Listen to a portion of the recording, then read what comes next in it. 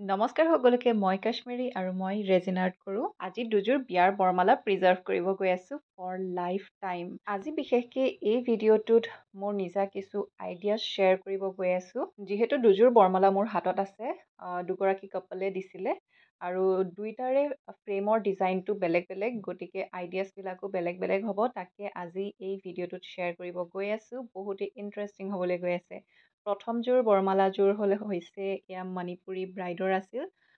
পলিথিনত এনেকৈ দুটা পলিথিনত আহিছিল আৰু ইয়াতে প্ৰথম ফুলটো এইটো, ছেকেণ্ডতো বকুল ফুল টাইপে লাগিছে আৰু বাঁহৰ এডাল তেনেকুৱা ব্ৰেড টাইপত বনোৱা হৈ আছে। তো এইটোত এতিয়া কেনেকুৱা কি ডিজাইন দিম সেই আইডিয়াটোৰ বহুতেই জৰুৰী হয়। কিবা এটা ফ্ৰেম বনাবলৈ হ'লে তাৰ আইডিয়াছ কিছু লাগিব। মই ফুল গোটেইখিনি উলিয়াই ল'লোঁ আৰু ফুলখিনি ভালকৈ চফা কৰি লোৱাটো খুবেই জৰুৰী হয়। আৰু যিডাল বাঁহৰ এডাল ব্ৰেড টাইপৰ দিছিলে মালাডালৰ লগত, সেইটো মই এনেকুৱা ইটাৰনেটিভ চিম্বল টাইপ কৰি দিলোঁ। মাজতে ফটোখন ডাঙৰকৈ দি দিছোঁ। সেইটো ফাৰ্ষ্ট আইডিয়া, সেইটো ফাৰ্ষ্ট বৰমালাযোৰৰ। ছেকেণ্ড বৰমালাযোৰ হৈছে এয়া মই বেগৰ পৰা উলিয়াইছোঁ। তাৰপিছত দেখিছোঁ ফুলৰ কণ্ডিশ্যনখিনি ইমান এটা ঠিক নহয়। আৰু ক্লাইণ্টে কৈছিল যিখিনি ফুল থাকে ভাল হওক বেয়া হওক গোটেইখিনি যাতে ফ্ৰেমটোত কভাৰ হয়। তো মই কি কৰিলোঁ, ভাল ফুলখিনি ছেপাৰেট কৰি ল'লোঁ আৰু যিখিনি মানে একদম ক'লা হৈ গৈছিল সেইখিনি ৰ'দত ভালকৈ শুকুৱাই লৈ, শুকোৱাৰ পাছত এইখিনি গোটেই গুড়ি কৰি দিলোঁ। যিখিনি মানে বেছি ক'লা হৈ গৈছিল সেইখিনি গুড়ি কৰি দিলোঁ আৰু যিখিনি ভাল ফুল আছিল সেইখিনি এয়া মই ছেপাৰেট কৰি লৈছোঁ আৰু কাঠৰ ফ্ৰেমত দিব দিছিল স্কুৱেৰ ছাইজত। তো সেইটো ছাইজতে এয়া মই এটা ডিজাইন বনাই ল'লোঁ।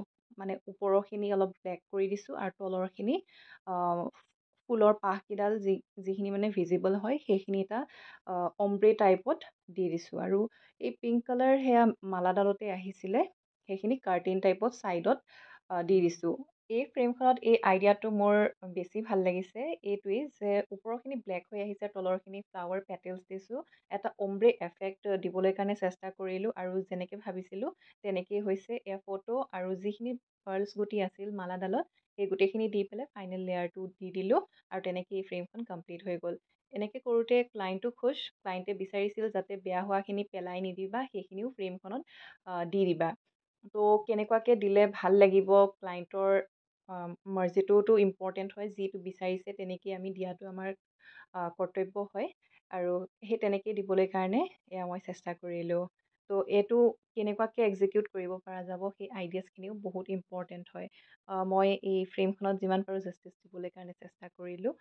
কেনেকুৱা লাগিছে এই মোৰ প্ৰথম ফ্ৰেমখন কমেণ্ট কৰি জনাব। এতিয়া ছেকেণ্ড ফ্ৰেমখনৰ কাৰণে এয়া মই প্ৰথম ষ্টাৰ্টিংখিনি ঠিকেই কৰি গৈ আছিলোঁ। তলত হোৱাইট বেছ দিছিলোঁ, ফটোখনো ধুনীয়াকৈ বনাই আনিছিলোঁ একদম পূৰা ভাল কোৱালিটিত। আৰু এয়া যেনেকৈ ফাৰ্ষ্টে ভাবিছিলোঁ, আইডিয়া যেনেকৈ কৰিছিলোঁ যে এনেকৈ এনেকৈ কৰি দিম ফ্ৰেমখন দেখিব ভাল লাগিব, ঠিক তেনেকেই দিছিলোঁ আৰু চব এতিয়ালৈ ঠিকেই গৈ আছিল। এয়া মই ৰেজিনৰ আৰু সেই ফ্লাৱাৰ্ছখিনি এটা লেয়াৰ ঢালাৰ পাছত যেতিয়া শুকালে তেতিয়া কি হ'ল মই দেখাই আছোঁ ৰ'ব। বৰমালা প্ৰিজাৰ্ভ কৰিবলৈ হ'লে ফ্লাৱাৰ্ছখিনি মানে বৰমালাৰ যিখিনি সেই ফুলখিনি সেইখিনি ভালকৈ চফা কৰি লোৱাটো খুবেই জৰুৰী হয়। সেইটো মই আগতেও যিমানকেইখন ফ্ৰেম বনাইছোঁ গোটেইকেইখনতে ফুলবোৰ ভালকৈ মুচি কাচি লওঁ আৰু তাতে কিবা চুলি তুলি থাকে যদি সেইবিলাক চব মই চাফা কৰি দিওঁ। তাৰপিছতো এইখিনি চাফা কৰাৰ পিছতো মানে ইমান পলেন পাৰ্টিকলছ আছিলে ফুলখিনিত যে এই ফটোখনত দেখিব পাৰিছে, মই জুম কৰি দেখাইছোঁ।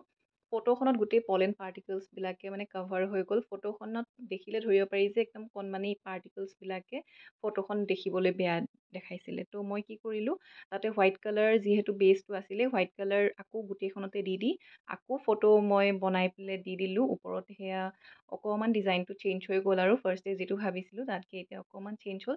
ফাইনেল লেয়াৰটো এয়া দি দিলোঁ। যেনেকৈ মানে সেই মিষ্টেকখিনি কভাৰ কৰি দিলোঁ, সেয়া তাৰো আইডিয়াছ কিছুমান লাগিব। যেনেকৈ ফাৰ্ষ্টে বিচাৰিছিলোঁ তেনেকেই হৈছে। ইয়াৰ নামটো মই ভিনাইল ষ্টিকাৰ দি দিলোঁ আৰু এনেকেই ফ্ৰেমখন কমপ্লিট কৰি দিলোঁ। কেনেকুৱা লাগিছে বাৰু কমেণ্ট কৰি জনাব। এইবোৰে হৈছে স্মল টিপছ এণ্ড আইডিয়াছ যিটো আমি জনাটো খুবেই জৰুৰী হয় যিকোনো এটা কামত। আজিলৈ ইমানেই, বাই।